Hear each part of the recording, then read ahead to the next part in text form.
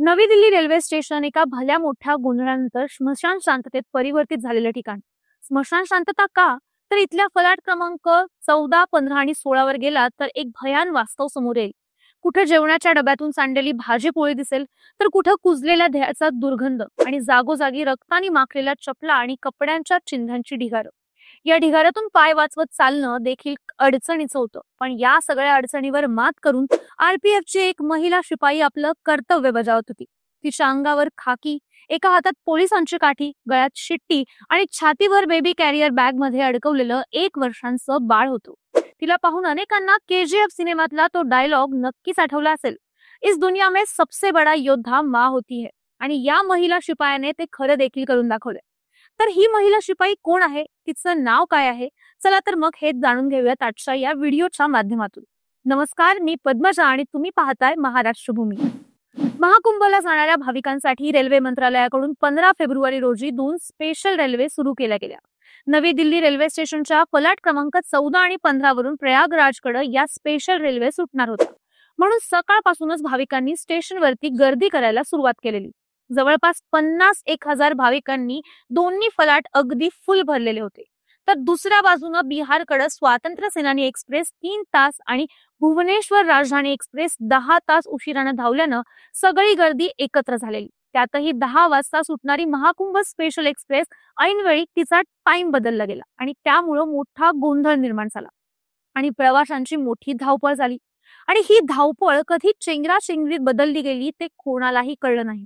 प्रवाशांचे लोंढेच लोंढे एकमेकांच्या अंगावर येऊन पडले. या चेंगराचेंगरीत 18 प्रवाशांचा मृत्यू झालाय.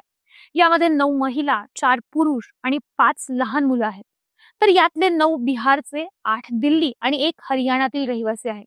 आता या चेंगराचेंगरीचं मुख्य कारण काय असणार हे शोधण्यासाठी रेल्वे मंत्रालयाकडून 2 सदस्यांचा समावेश असलेली चौकशी समिती स्थापन केली गेली आहे. 15 तारखेच्या या चेंगराचेंगरीनंतर 16 तारखेपासून दिल्ली रेल्वे स्थानकाला छावणीचं स्वरूप आलेलं होतं. जागोजागी आरपीएफच्या तुकड्या तैनात केल्या गेल्या होत्या. यामध्ये आरपीएफच्या नॉर्थ डिव्हिजन मध्ये कार्यरत असणारी एक महिला पोलीस शिपाई, जिचं नाव आहे रीना, हिचा देखील समावेश होता.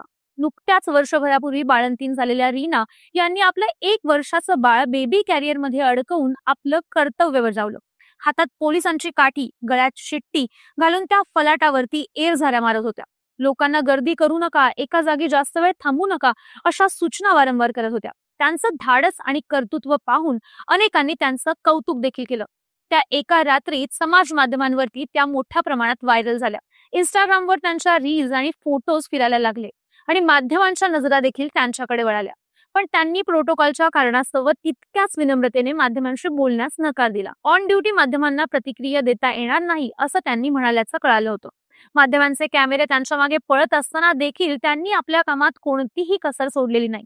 त्या वारंवार लोकांना पुढे करत राहिल्या. पण चेंगराचेंगरीच्या या घटनेनंतर दिल्ली रेल्वे स्थानकाला सेन्सिटिव्ह झोन म्हणून घोषित केल्यानंतर देखील वरिष्ठांनी रीना यांना बाळासह ड्युटी करण्यास परवानगी दिल्यामुळे अनेकांनी रेल्वे विभागावर देखील टीका केली.